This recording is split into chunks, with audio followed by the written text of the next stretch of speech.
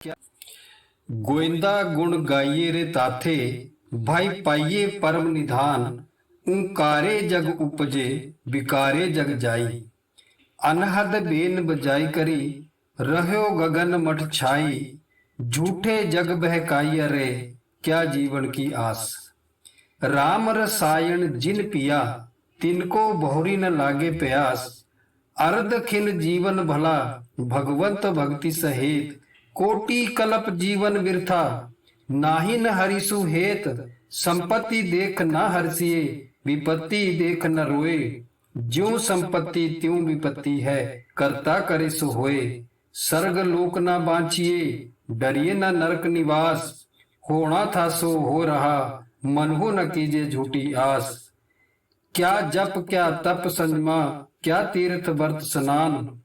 जो पै जुगति ना जानिए, भाव भक्ति भगवान।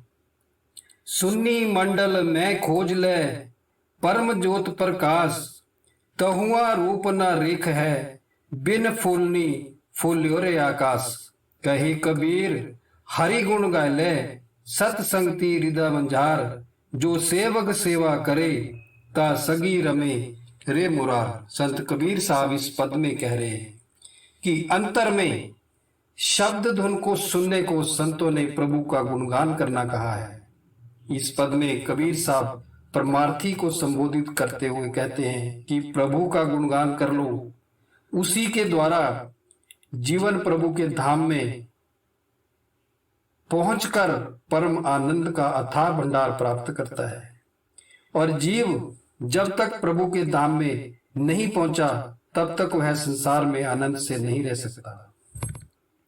संसार ओंकार के मंडल से पैदा होता है और मन माया के विकारों तथा भ्रमों के सहारे चलता है। तुम इस माया में संसार से निकलो और अनाहत नाद की बांसुरी बजाते हुए अंतर के आकाश में सबसे ऊंचे मंडल प्रभु के धाम सतलोक में पहुंचकर उसे अपना निवास स्थान बना लो। जिन जीवों ने सर्वव्यापक शब्द के रसायन का पान कर लिया है, उनकी संसार के सुखों और पदार्थों की प्यास सदा के लिए बुझ गई है। जीव प्रभु की भक्ति करता हुआ आधा क्षण भी जी ले तो अच्छा है, इसी में उसका जीवन सफल हो जाता है। जबकि प्रभु के प्रेम के बिना तो कोई करोड़ों युगों तक भी जीवित रहे तो व्यर्थ है। परमात्मा के प्रेम में बिताया गया एक क्षण भी बहुत है, कबीर साहब कह रहे हैं। लंबी लंबी उम्र का क्या करना है, अगर आपको परमात्मा के बारे में पता नहीं चला, जिस काम के लिए आए थे वो नहीं किया, तो आपकी लंबी उम्र का क्या फायदा है।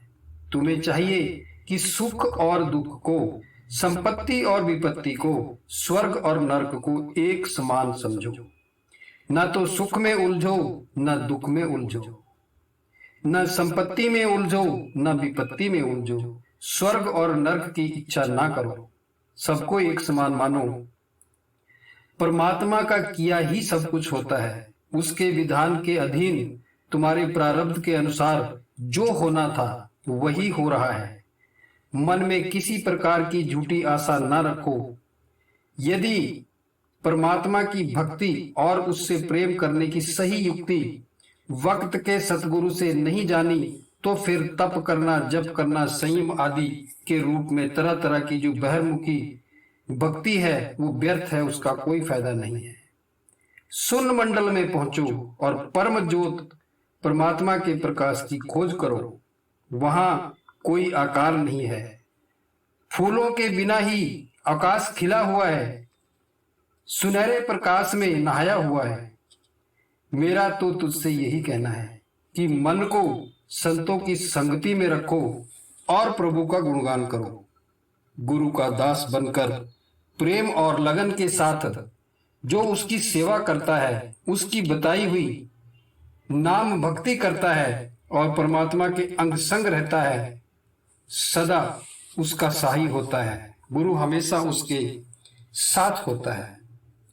कबीर साहब ये कह रहे हैं कि अपने इस जीवन को सफल बना ले और वक्त का जो गुरु है, जो तुम्हें गुरु मिला है, उसके सानिध्य में रहकर गुरु के वचनों को कमा ले। और जब तू गुरु के वचनों को कमा लेगा, तो तेरा ये जीवन फिर सफल हो जाएगा।